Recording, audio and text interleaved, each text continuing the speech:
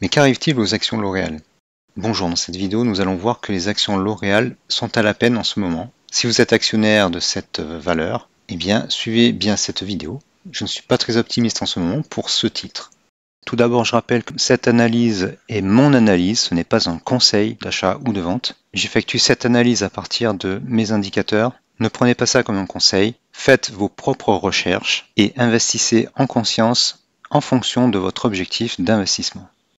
Vous êtes sur la chaîne Trading Attitude, la seule chaîne bourse et crypto sans blabla qui vous aide à devenir indépendant en trading en maîtrisant l'analyse technique.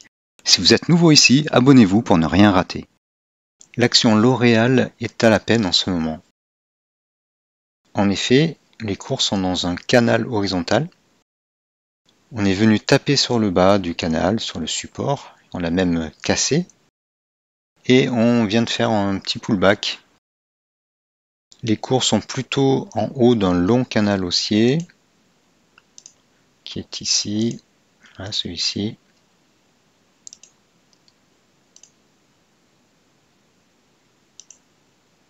Bon, fait de canal, c'est plus un grand triangle qu'on va approximer à un canal.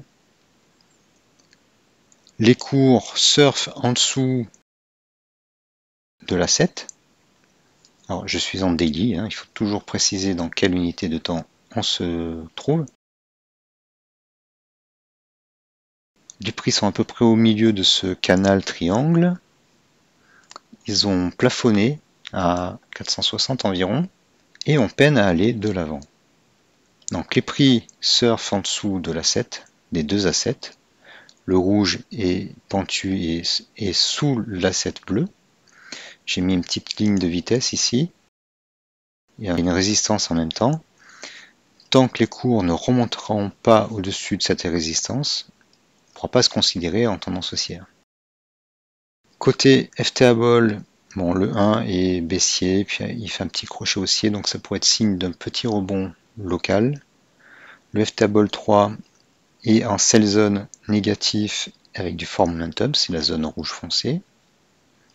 Et les deux autres FTable, les plus long terme, sont aussi en sell zone, mais ils sont positifs. Bien que le 4 se dirige vers le 0. C'est pas super positif, mais bon, c'est pas non plus la catastrophe. Ce qui est inquiétant, c'est que la correction est très forte. Il y a eu une surprise négative sur les chiffres d'affaires et bénéfices. Ça a provoqué un fort gap baissier.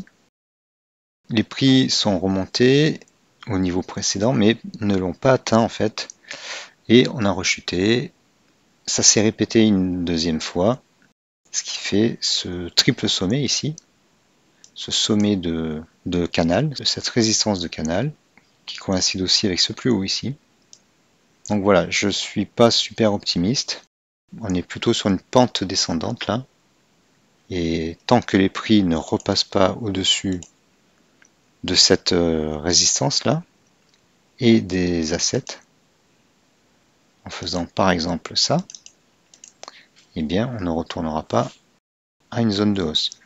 Pour que cette hausse soit durable, un peu comme ici, ou précédemment ici, il faudra que, comme d'habitude, nos FTable repassent en safe zone. Déjà que celui-ci, le 3, repasse positif, et le 1 aussi, et qu'on repasse en safe zone. En fait, c'est simple, comparer la situation de maintenant, où on est en sell zone, avec la situation où les indicateurs étaient en safe zone. On avait un swing haussier, et là on a un swing baissier. Donc tant que le FTable 3 ne vient pas taper son enveloppe supérieure, idem pour les deux autres FTable, comme ici, on ne retrouvera pas le chemin de la hausse.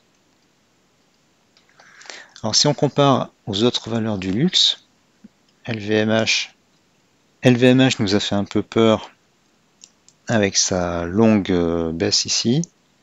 Il y a eu un gap haussier malgré la surprise négative sur les revenus. Mais elle s'est retournée aussi à la baisse. Et on est dans une situation, alors on n'a pas fait les 3 sommets, mais les cours surfent en dessous de la 7. Les indicateurs, les deux premiers FTable sont en sell zone et les autres se détachent de leur enveloppe supérieure, donc perte de momentum, correction.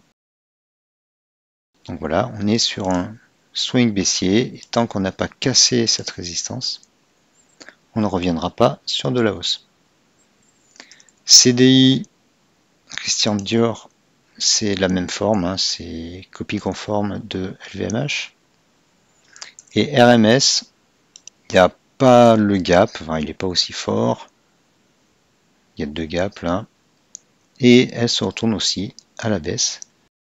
Donc tant qu'on n'a pas cassé toujours cette résistance, tant qu'on n'est pas revenu en safe zone et tant que les prix ne reviennent pas au-dessus de l'A7, A7 qui deviendrait lui-même haussier, eh bien on ne retrouvera pas le chemin de la hausse. En plus, elle est très très haut, donc c'est normal qu'on fasse un peu une pause. Alors tout ça, vu que ce sont, en tout cas pour LVMH et L'Oréal, des vedettes du CAC 40, pèsent et vont peser sur le CAC 40. Et ça, c'est l'objet d'une autre vidéo. Si vous voulez avoir ces indicateurs et bien d'autres, plus des screeners pour trouver les actions qui montent le plus, eh bien rejoignez la formation Gabi. Il y a beaucoup de contenu et en plus j'offre mes autres formations, c'est-à-dire le pack complet de mes formations. En tout, ça fait à peu près 17 formations. De quoi vous donner beaucoup d'idées, beaucoup de méthodes et beaucoup d'indicateurs. Une gigantesque boîte à outils et avec Gabi et ses indicateurs de belles méthodes de trading. Donc profitez-en, vraiment, profitez-en, vous ne le regretterez pas. Merci d'avoir suivi cette vidéo. Enfoncez le pouce bleu, partagez la vidéo, laissez un commentaire même si c'est pour rien dire. Abonnez-vous. Merci et à bientôt.